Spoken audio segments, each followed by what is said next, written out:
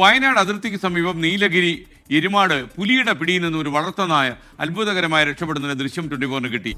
എരുമാട് എന്ന് പറയുന്നത് വയനാട് നൂൽപ്പുഴ കഴിഞ്ഞാൽ തൊട്ടടുത്തുള്ള പ്രദേശം കൂടിയാണിത്. അതായത് തൊട്ടടുത്ത ജില്ല എന്ന് സാങ്കേതികമായി തൊട്ടടുത്ത ജില്ല തമിഴ്നാടിന്റെ ഭാഗമായ പ്രദേശം എന്ന് പറയാം. പക്ഷേ ഈ വനമേഖലയെല്ലാം കിടക്കുന്നത് ഈ ഇതിനോട് ചേർന്ന് വയനാടിന്റെയും ഒപ്പം തന്നെ തൊട്ടടുത്തുള്ള പുതുമല ഇതൊക്കെ ഒരേ മേഖലയിൽ തന്നെയാണ് എന്നുള്ളതാണ്. ഇവിടെയാണ് ഇങ്ങനെ ഒരു ജനവാസ കേന്ദ്രത്തിൽ പുലി ഇറങ്ങിയ ഒരു ദൃശ്യം പുറത്തു വന്നിരിക്കുന്നത്. അവിടെ ഏലിയാസ് എന്ന് പറയുന്ന ആളുടെ വീട്ടിലാണ് ഈ പുലി എത്തിയത്. കഴിഞ്ഞ ദിവസം രാത്രിയാണ് ഈ സംഭവം ഉണ്ടായതെന്നുള്ളതാണ് നമുക്ക് ലഭ്യമാകുന്ന വിവരം. ഇതിനുശേഷം പുലി നേരെ എത്തി ഈ നായയുടെ കഴുത്തിൽ പിടിമുറുക്കുകയാണ്. ഇതിനിടയിൽ ഏതാണ്ട് ഒരു മിനിറ്റോളം ഇങ്ങനെ പിടിമുറുക്കി നിൽക്കുന്ന അത് കൃത്യമായ രീതിയിൽ തന്നെ നമുക്ക് ആ ദൃശ്യത്തിൽ തന്നെ കാണാൻ കഴിയും.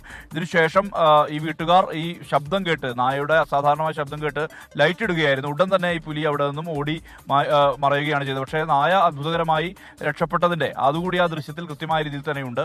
ഈ എരുമാടക്കമുള്ള ഈ പ്രദേശം എന്ന് പറയുന്നത് തേയിലത്തോട്ടങ്ങളും കാപ്പിത്തോട്ടങ്ങളും എല്ലാം തന്നെ നിറഞ്ഞ മേഖലയാണ്. ഇവിടെയാണ് ഇത്തരത്തിൽ വന്യമൃഗശല്യം രൂക്ഷമാകുന്ന ഒരു സ്ഥിതി ഉണ്ടായിരിക്കുന്നത്. ഇതിനടുത്തുള്ള ഈ പന്തല്ലൂർ എന്ന് പറയുന്ന ഒരു പ്രദേശമുണ്ട്.